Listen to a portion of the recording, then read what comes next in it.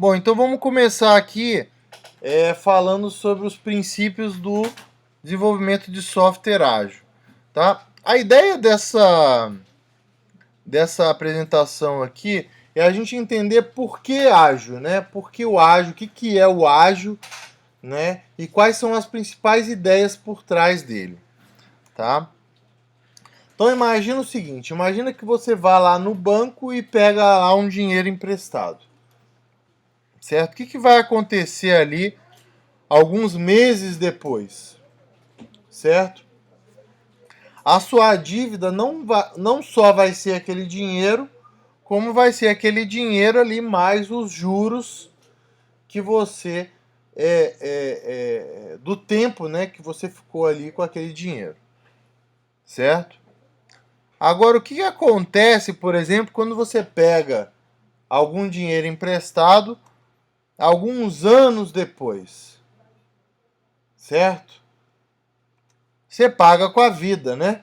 Dependendo de quem você pegar, né? O dinheiro, você paga com a vida. Mesmo se você pegar do banco, o cara não vai lá te matar, mas você vai ficar com uma dívida que você, muitas vezes, você ganha menos do que o que a dívida aumenta por mês, né?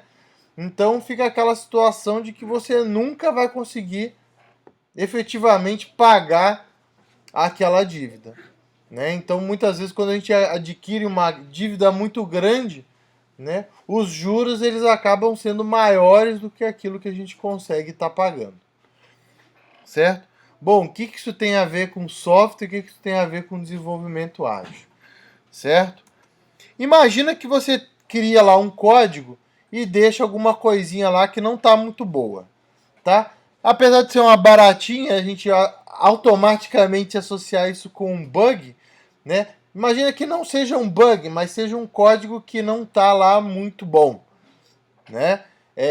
Por exemplo, sei lá, um método muito grande ou uma classe muito grande, certo? Então, você foi lá, criou um código e deixou lá um método enorme lá, digamos aí de umas 200 linhas de código, por exemplo. Certo? O que vai acontecer com esse código alguns dias depois? Imaginando, obviamente, que você tem uma equipe de desenvolvimento, né, trabalhando em cima daquela base de código. Tá? A tendência é que esses problemas eles aumentem. Tá?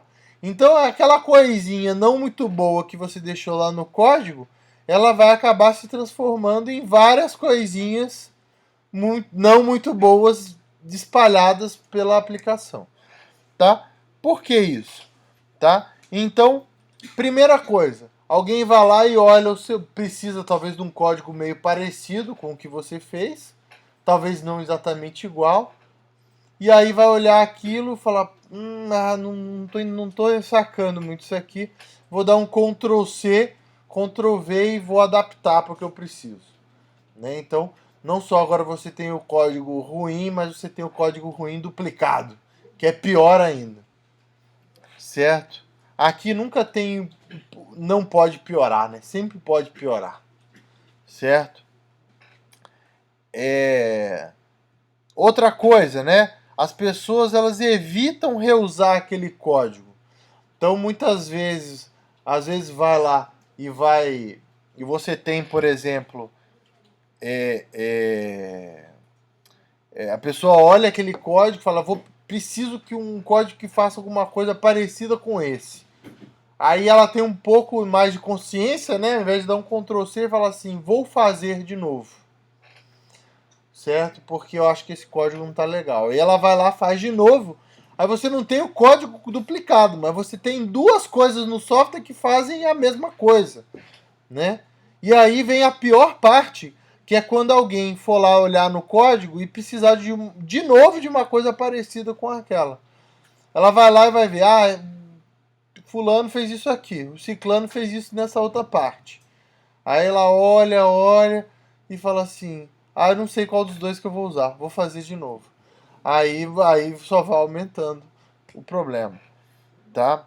Outro problema, né, por exemplo, quando você começa a ter outras classes que ficam acopladas àquela classe que tem um design ruim.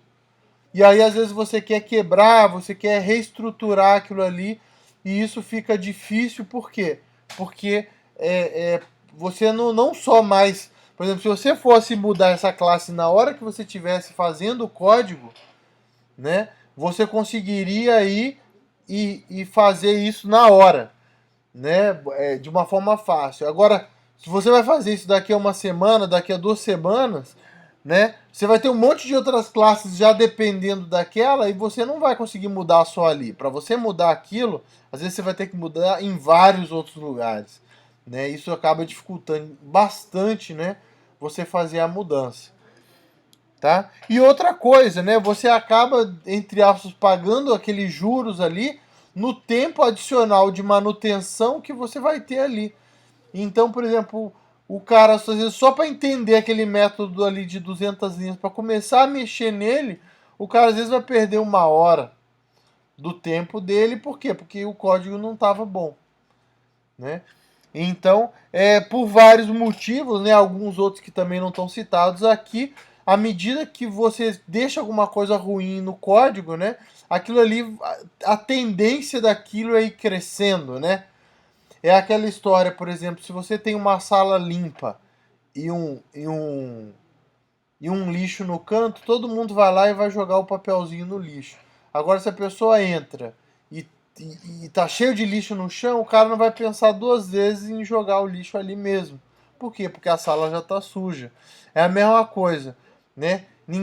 Pouca gente vai se preocupar em manter o código limpo se o código tá todo problemático, né? Então, digamos assim, é uma forma de você conscientizar, né? Então, por exemplo, se você quer uma sala limpa, então comece que ela seja limpa para que as pessoas respeitem essa limpeza, né? Se você quer que o seu código se mantenha limpo, comece deixando ele limpo para que as pessoas que forem trabalhar ali respeitem aquele código, né? Respeitem o trabalho que deu para deixar ele daquela forma, tá? Bom, mas vamos passar, né? O que acontece então? A gente falou ali em termos de algumas semanas, né? O que acontece alguns meses depois, né? Você deixou ali aquele problema, as pessoas foram trabalhando em cima daquele código. O que acontece ali alguns meses depois?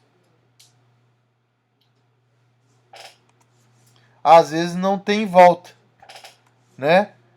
Então, o cara, na hora que ele for chegar ali, vai ser um monstro tão grande, né? Vai ser um problema tão grande que, da mesma forma da dívida, né? Que às vezes você não consegue mais pagar ela, às vezes o trabalho que dá para você lidar com os problemas que aquele software tem devido a código ruim ou problemas que dificultam na manutenção e etc.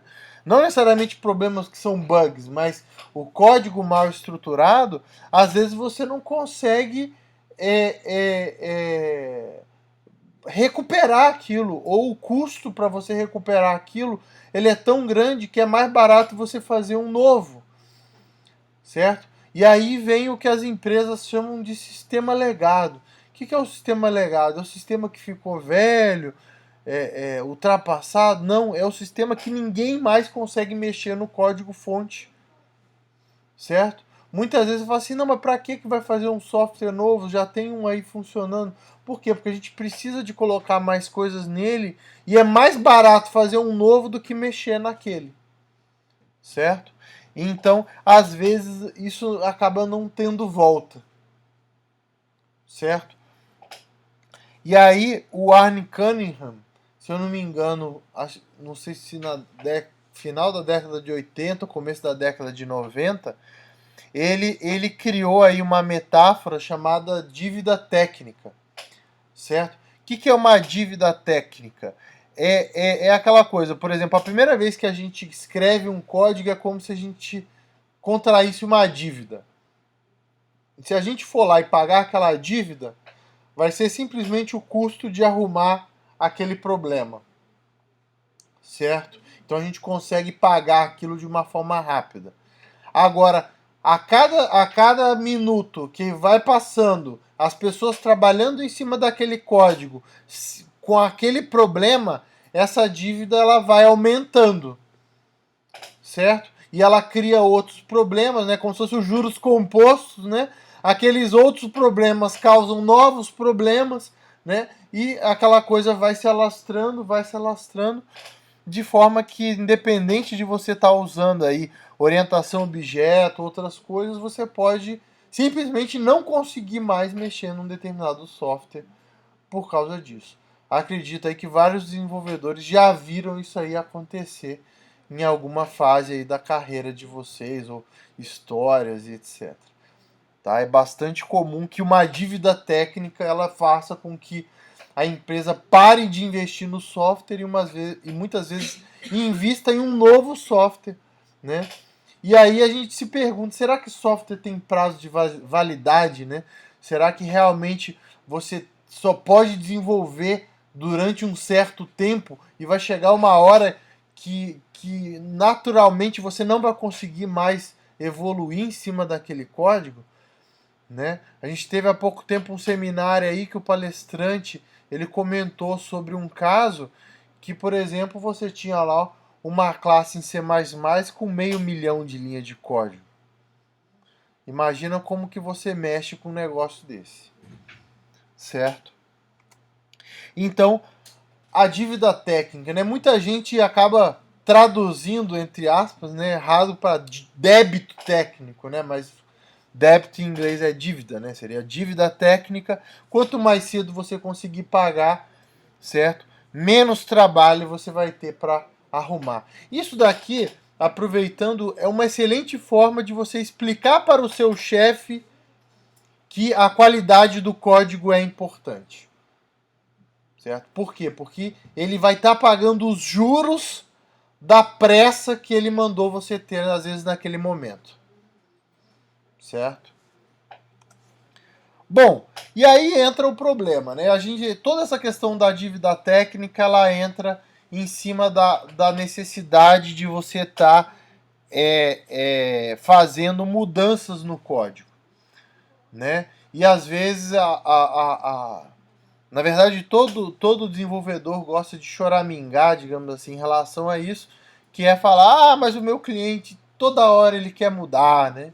Toda hora ele aparece com uma coisa nova, toda hora ele chega com um requisito novo, né? E aí toda hora que eu tenho que mudar o software, eu tenho que ir lá e pagar os juros daquelas dívidas, né, que estão lá no código, e aí toda vez que muda alguma coisa e eu tenho que ir lá mexer naquela dívida lá, eu acabo, digamos assim, tendo um trabalho a mais, perdendo dinheiro, perdendo tempo, etc. Né? Então, o que aconteceu? As primeiras. Logo que esse problema surgiu na comunidade de desenvolvimento de software, né, a primeira ideia foi: a gente tem aí centenas de anos, né, de experiência, aí, por exemplo, com a engenharia civil, né, e temos aí outros tipos de engenharia, como a engenharia eletrônica, a engenharia mecânica, né, que estão aí há muito mais tempo que a gente da área de software, né? Vamos lá e vamos pegar, vamos ver como que eles lidam com essa questão de mudança, como que eles lidam com essa coisa, para a gente pegar e se adaptar aqui para a nossa realidade de software, né? E aí nasceu aí a engenharia de software mais clássica, né? Certo? Então, como que funciona isso daí? Vai lá, identifica todos os requisitos, né? E fica lá enchendo o saco lá do cliente, né? Mas isso, e se for assim, se for assado e tal, né?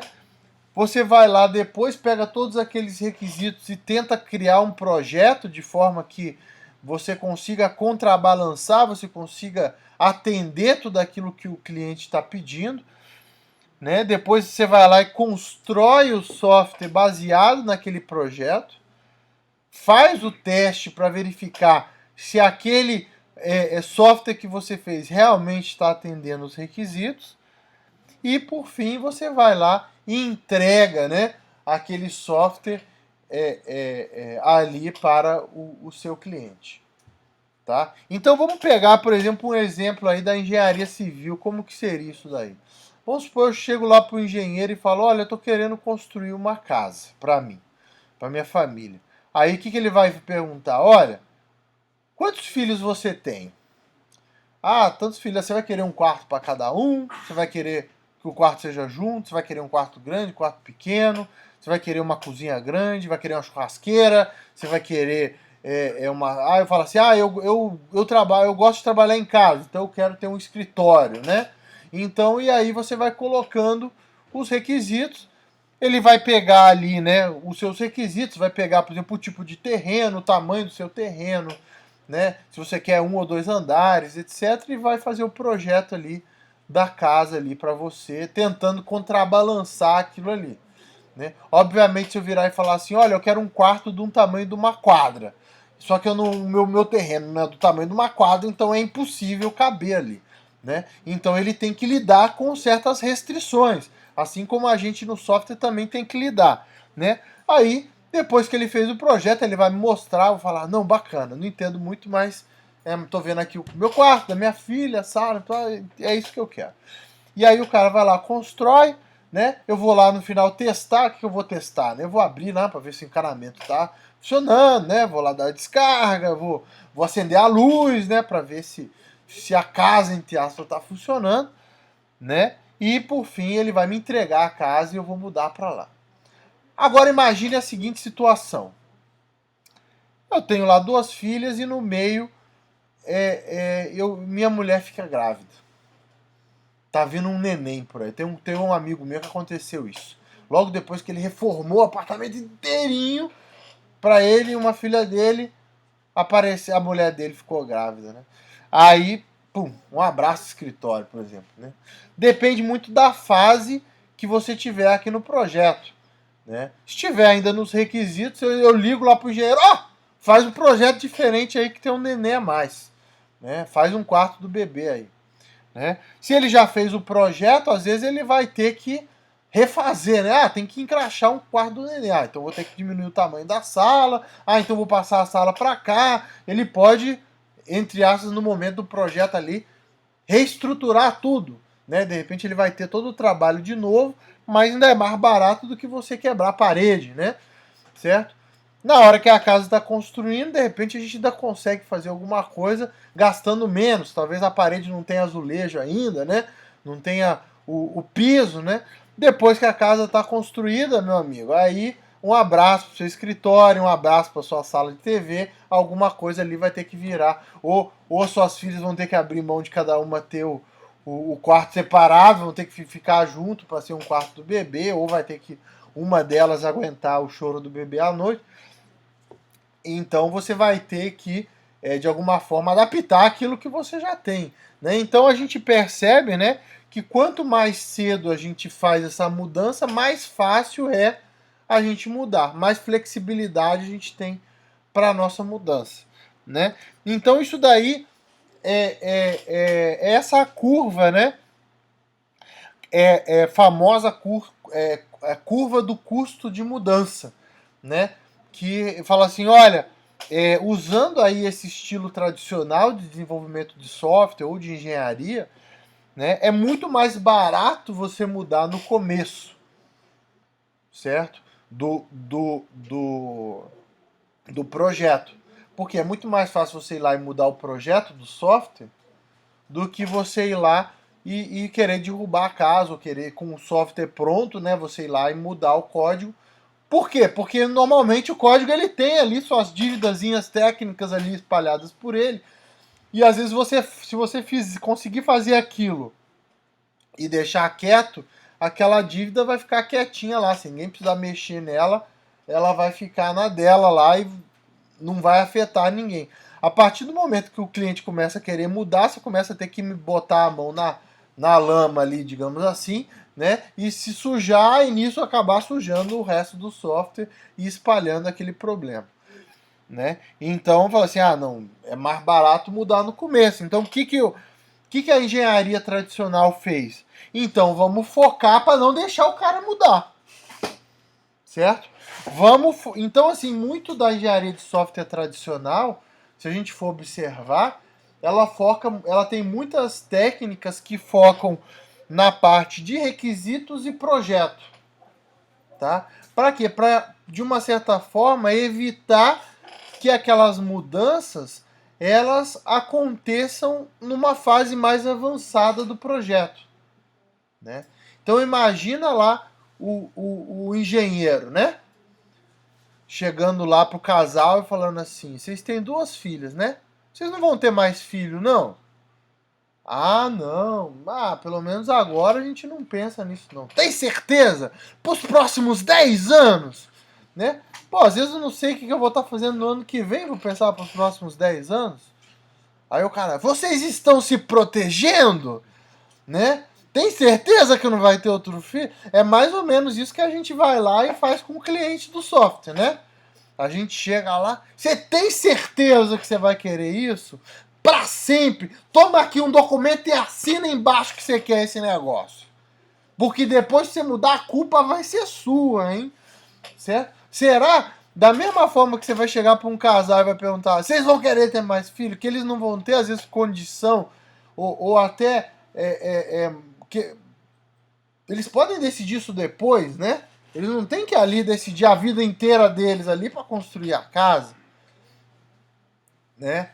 Ah, você nunca vai querer trabalhar em casa? Nunca vai ter um escritório? Não, sei lá, se for mandado embora, pode ser que eu abra um negócio. Ah, então não, então tem que pensar nisso, tem que pensar naquilo. Às vezes a casa vai ficar muito mais cara do que o cara queria, porque às vezes ele vai botar um quarto de um bebê que ele nunca vai ter, ele vai botar um escritório que ele nunca vai usar, vai botar um quarto de visita que ninguém nunca vai visitar, certo? Então, porque às vezes é aquela mesma coisa, né? Às vezes o cara vai lá e faz tanta pressão sobre o cliente, né? Ah, mas você não precisa daquilo, não precisa disso, mas você tem certeza que você nunca vai precisar, aí bate aquele peso na consciência. Olha, se eu falar que não e um dia eu precisar, é melhor falar que eu preciso, né? Que aí o cara vai fazer o negócio. Só que esse negócio que o cara vai fazer vai custar mais caro, certo? E às vezes está custando caro por uma coisa que o cara não precisa, certo? Então, e a mesma coisa no projeto, né? Então, não, vamos pegar isso tudo aqui que o cara falou pra gente, né? Que o cliente falou pra gente, vamos fazer um projeto muito bem feito. Com flexibilidade, né? Suportando todo tipo de mudança que pode vir a ter, que não pode vir a ter, né? Vamos colocar aqui, né?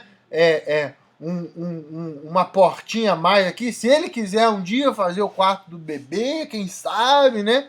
E tal. Ele falou que não quer, mas vai que um dia ele quer, né? Então, às vezes, até coloca umas coisinhas ali a mais e tal, né? E a gente percebe que grande parte dessas técnicas elas são utilizadas para evitar mudanças, tá?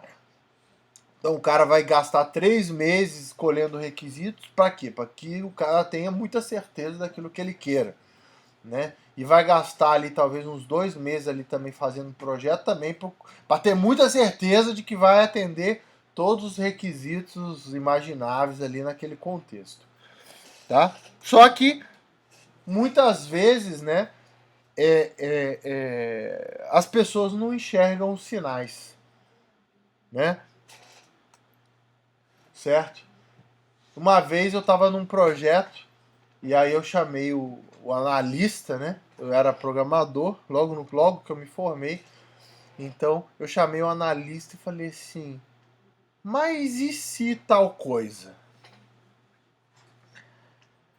Aí o cara parou e pensou e falou assim: fala baixo para o cliente não ouvir.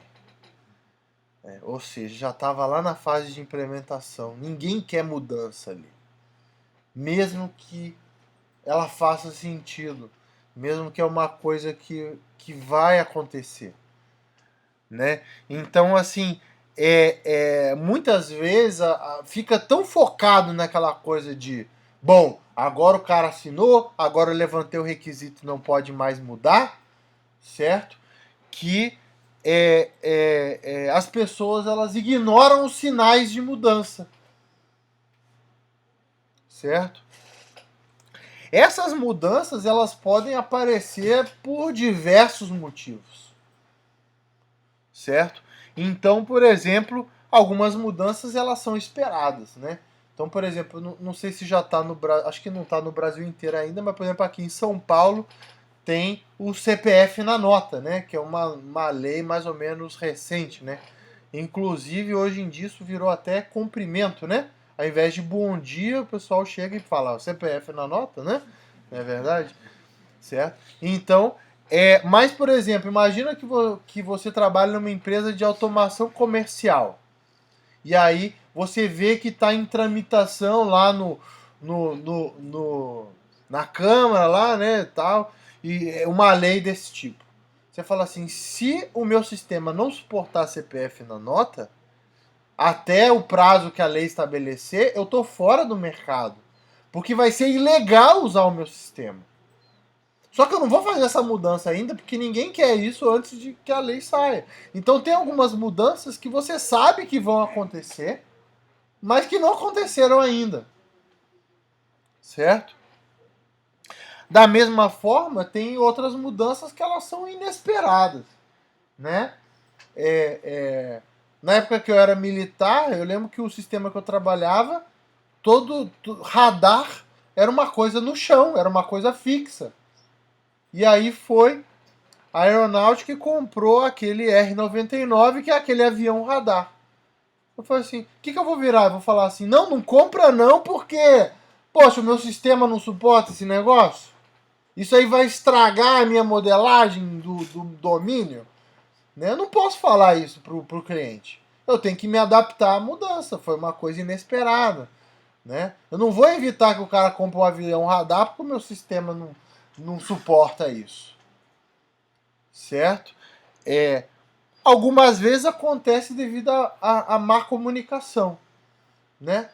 Esse caso, você passar 3 meses levantando o requisito talvez ajude. Mas mesmo assim, por mais que fala assim, não, a gente tá tentando aí evitar erros de comunicação. Então vamos escolher a pior forma de comunicação possível, que é a comunicação escrita. É o famoso telefone sem fio, né?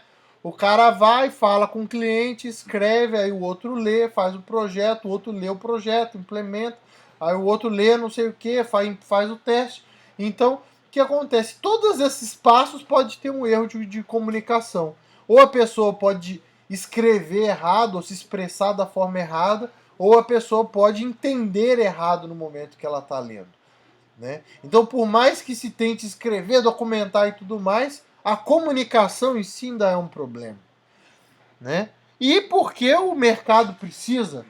Né? Então, vamos supor lá, o cara tem lá uma lojinha e aí o concorrente vai lá e implementa lá um sistema de recomendação. E aí todos os experts na área começam a fazer parceria com o site do concorrente e indicar que as pessoas comprem lá no site do concorrente porque ele vai ganhar uma comissão. Aí você olha para o seu software e fala assim, mas já está tudo projetado, já está tudo planejado para o próximo ano, do que eu iria fazer. Né? Talvez daqui a um ano você nem tenha empresa se você não fizer esse negócio. Tá? E muitas vezes, às vezes eu falo isso e aí chega alguém e me questiona. Ah, mas isso depende do nicho do software. Pois eu já tive aluno que trabalha com software embarcado e ele falou, é software embarcado, mas tem um monte de mudança também. Não é porque é embarcado que a gente vai saber os requisitos todos no comecinho, não. É embarcado e também tem um monte de mudança durante o projeto. Né? Então não pense que é porque porque o software é assim, é assado, que você vai conseguir definir tudo no começo e não vai ter mudança. Porque isso, na verdade, é uma grande ilusão, certo? É uma grande ilusão que se tinha, né? De que ia se conseguir evitar as mudanças com aquelas práticas, né? De requisitos, de projeto e etc. Mas é muito difícil você conseguir prever certas coisas, tá? E o desenvolvimento ágil, ele tem uma abordagem diferente em relação a essa questão da mudança. Ao invés dele lutar contra a mudança, que é o que normalmente quem trabalha aí com desenvolvimento mais tradicional faz, né? Que é todas as práticas para evitar, às vezes, muitas vezes usam burocracia, usam contratos para evitar que o cliente mude alguma coisa. O desenvolvimento ágil, ele trabalha com a mudança. Ele considera que a mudança é um fato e que você tem que lidar com ela da melhor forma possível, tá? Então, ele, ao invés de ele falar assim, o nosso jogo é evitar a mudança, ele fala assim, o nosso jogo é lidar com a mudança, tá? E vamos tentar fazer isso da melhor forma possível, tá? Então, ao invés do desenvolvimento ágil ter um foco grande na parte de requisito e projeto, certo? O desenvolvimento ágil ele tem um foco grande na parte da implementação e dos testes. Tá? Se eu falar que desenvolvimento ágil não foca em projeto, também eu estou falando mentira. Mas ele não foca, digamos assim, muito tempo só em projeto. Ele faz o projeto junto com a implementação. Tá? Uma frase que, por exemplo, que era muito comum escutar de engenheiros de software mais tradicionais é: agora é só implementar. Né? Como se a fase de implementação fosse trivial. Não é. Né? Todo desenvolvedor sabe que não é. Sabe que ali é o produto final. Aquele monte de coisa escrita, aquele monte de documento, muitas vezes não é aquilo que vai interessar para o cliente, não é aquilo que vai ser entregue para o cliente. É o ali na hora da implementação, é aquilo ali que é o produto final. É aquilo ali que tem que ter qualidade. Certo? Então o desenvolvimento ágil, ele tem um foco muito mais na implementação e no teste do que na parte de requisito e projeto. Qual que é o objetivo disso? Né? É fazer com que o software ele possa ser alterado de forma fácil. Né? Tinha uma frase, né, do pessoal do RUP, sei que tem um pessoal que vai ficar meio chateado aí, né, de eu estar citando isso, que dizem que eu estou distorcendo, né, o que o pessoal do RUP estava falando, que eles falavam assim, projete para amanhã e programe para hoje. Né? O que significa isso? O cara ia lá e fazia aquele projeto enorme, né, prevendo todos os requisitos futuros e etc. Então você tinha aquele projeto completo, né? E que era o implemente para hoje? Você vai lá e cria um pedaço daquele projeto, né? Você vai lá, pega uma classe, por exemplo, daquele projeto e implementa ela. O desenvolvimento ágil já te diz o contrário, que é o projete para hoje e implemente para amanhã. Né? O que é o implemente para amanhã? Faça um código pronto para mudanças. Daqui a pouco a gente vai falar o que é um código fácil de ser mudado. Mas crie um código fácil de ser alterado, ou seja, programe para amanhã, e projete para hoje, ou seja, faça essa implementação se preocupando com seus requisitos de hoje. Por quê? Porque o requisito que você imagina que pode ter amanhã, ao invés de você querer fazer um software super flexível, que muitas vezes vai tentar resolver requisitos que talvez nunca vão existir, e muito provavelmente, se existirem, vão ser diferentes daquele que você imaginou, certo?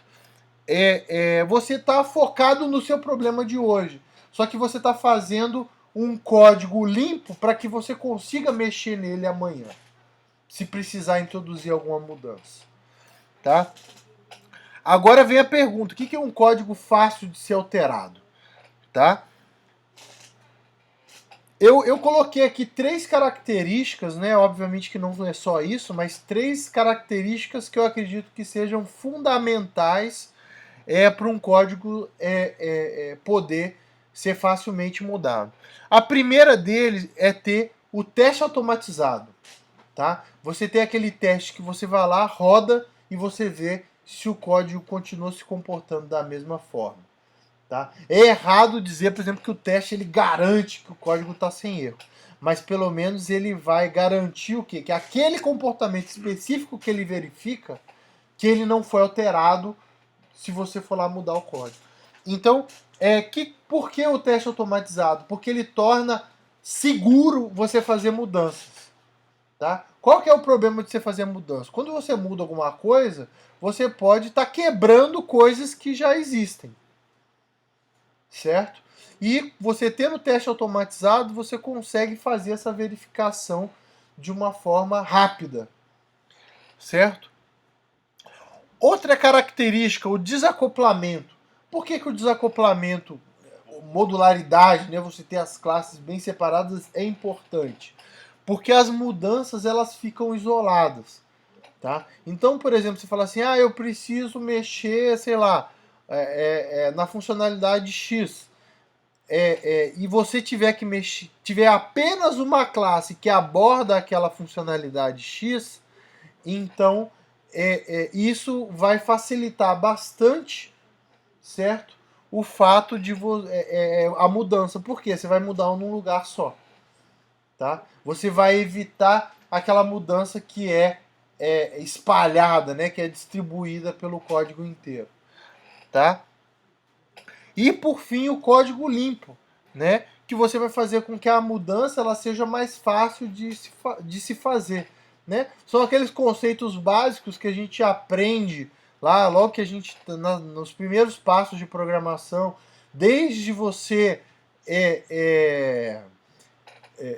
ter bons nomes para variáveis, ter bons nomes para classes e métodos, você não duplicar código, você buscar uma estrutura adequada de herança, né? E por aí vai, né? Obviamente, desde o mais simples até as coisas mais sofisticadas, né? Você tentar manter o código limpo justamente para que ele fique fácil de ser alterado. Não evitar métodos muito grandes, né? E etc. Tá? E aí tem duas técnicas que a gente usa no desenvolvimento ágil, que a princípio a gente vai falar mais para frente, mas não está no escopo aqui dessa apresentação explicar cada uma dessas técnicas, que é o desenvolvimento orientado a testes, né, que é o TDD, o Test Driven Development. Né? Ele vai ajudar nessa questão do desacoplamento e na criação dos testes automatizados, certo?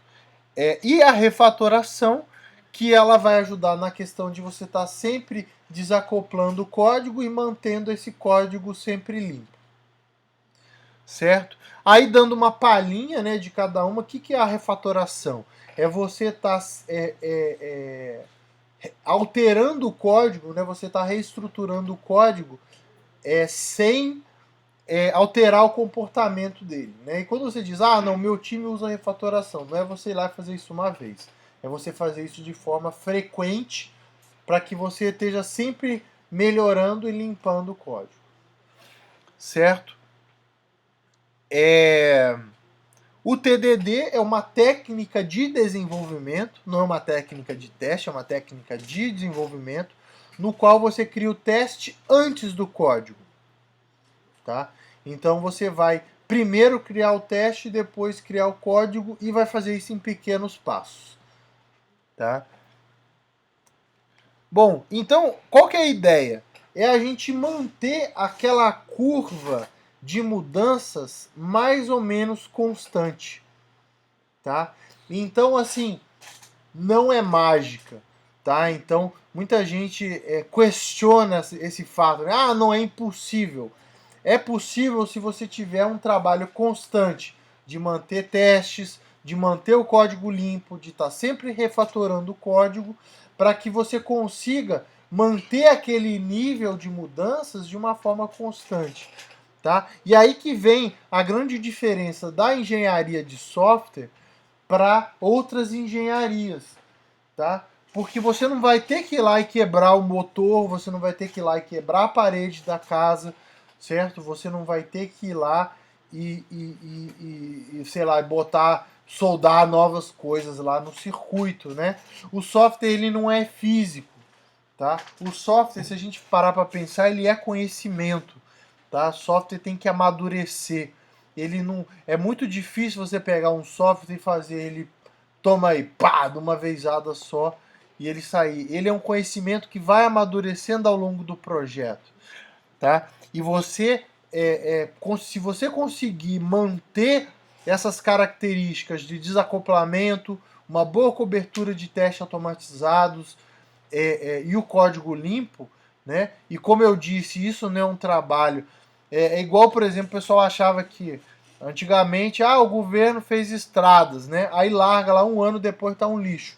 Não é só você fazer, você tem que fazer e manter. Então não é só você ir lá e fazer um código muito bonito. Você tem que estar toda hora indo lá e se preocupando com que ele se mantenha daquela forma, né? Então você tem que estar sempre refatorando, né? Qualquer coisa que você adicionar tem que ter novos testes automatizados, né? Então não é mágica, né? Eu já deixo claro que muita gente fala assim, desenvolvimento ágil é você ir lá e começar a programar e tudo mais, não faz requisito, não faz nada. Muito pelo contrário, é preciso muito mais disciplina para você manter essas técnicas, para manter esse custo constante dessa curva de mudança do que você precisaria, por exemplo, num desenvolvimento tradicional. Então, dá trabalho, mas, assim, pelo menos eu estou apresentando isso aqui, eu acho que é um trabalho que, no final das contas, vale a pena. Por quê? Porque ele é mais barato do que aqueles juros que você vai ter que pagar depois, se você não se preocupar com isso. Certo? Então, a ideia é que o desenvolvimento ágil ele ocorre em pequenas iterações. Tá? Então, por exemplo, fazendo uma analogia, né? Não dá para o cara, na hora de fazer a sua casa, né? Falar assim, pronto, fiz um quarto, tá aí, tá entregue. Pode vir morar nele. Né? Não dá para fazer isso com uma casa, mas dá para fazer isso com um software. Toma aí uma funcionalidade, você pode começar a usar ela. E aí, por exemplo, o cliente vai te dar um feedback, olha, não é bem assim que eu queria, isso aqui ficaria melhor assim. E aí isso vai amadurecendo. Por quê? Porque muitas vezes o cliente ele só vai saber exatamente como ele quer o software depois que ele usar da primeira vez. Ele não tem muitas vezes uma visão concreta de como aquilo vai ser, de como que vai ser melhor. Tem que ser um trabalho de constante aprimoramento. Por isso que o desenvolvimento ágil ele usa essa ideia das iterações curtas, né? E uma das coisas que eu assim, quero mostrar nessa apresentação é que essas iterações curtas elas só são possíveis se o código ele está pronto para mudar. Então você querer, por exemplo, usar uma metodologia como o Scrum, sem você ter sem se preocupar com a qualidade do código, sem se preocupar com o teste de unidade, a cada vez que, sei lá, 15 dias ou a cada mês que você for lá entregar uma coisa para o cliente e ele te pedir mudança, você vai ter que mexer naquele código que está cheio de dívida técnica e vai estar piorando ele, sua dívida vai estar crescendo, e vai chegar num ponto em que você não vai conseguir mais, você vai gastar iterações muito mais corrigindo esses erros do que colocando novas coisas, né? Então, para que esse paradigma ágil de iterações curtas ele seja possível, ele seja viável, você precisa ter esse custo baixo de mudança. Senão, realmente é melhor fazer como as outras engenharias fazem. Faz lá um levantamento de requisitos, faz um projetão e tenta entregar tudo de uma vez. Tá? Só faz sentido você trabalhar com mudanças constantes, porque se você for parar para pensar, quando você tem iterações curtas, você trabalha muito mais mudando o código do que criando. Certo? Que você entrega lá uma coisa em um mês, no mês seguinte você está aperfeiçoando, você está melhorando, você está incrementando, e se o seu código não estiver legal, a sua dívida vai só crescendo. Né? Você dá a oportunidade do cliente dar um feedback, dele mudar de ideia, então você vai estar tendo que lidar com dívida técnica o tempo todo. Não que não tenha um pouco de dívida técnica em qualquer código, mas que você vá pagando isso de forma que você consiga gerenciar. Né? Nem sempre a dívida é ruim. Muitas vezes a dívida faz com que você consiga comprar o seu carro, que você consiga comprar a sua casa. mas ela não pode sair do controle. Certo? Bom, então é isso aí. A mensagem que eu queria deixar resumindo é: essas práticas de código, de implementação do desenvolvimento ágil, elas são essenciais para que o desenvolvimento ágil em si seja viável. Eu vejo muita gente hoje em dia falando de Scrum, falando de as técnicas de gerência de projeto ágil e falando um pouco sobre essas técnicas, vamos dizer assim, de engenharia ágil, né? De implementação de projeto ágil, né?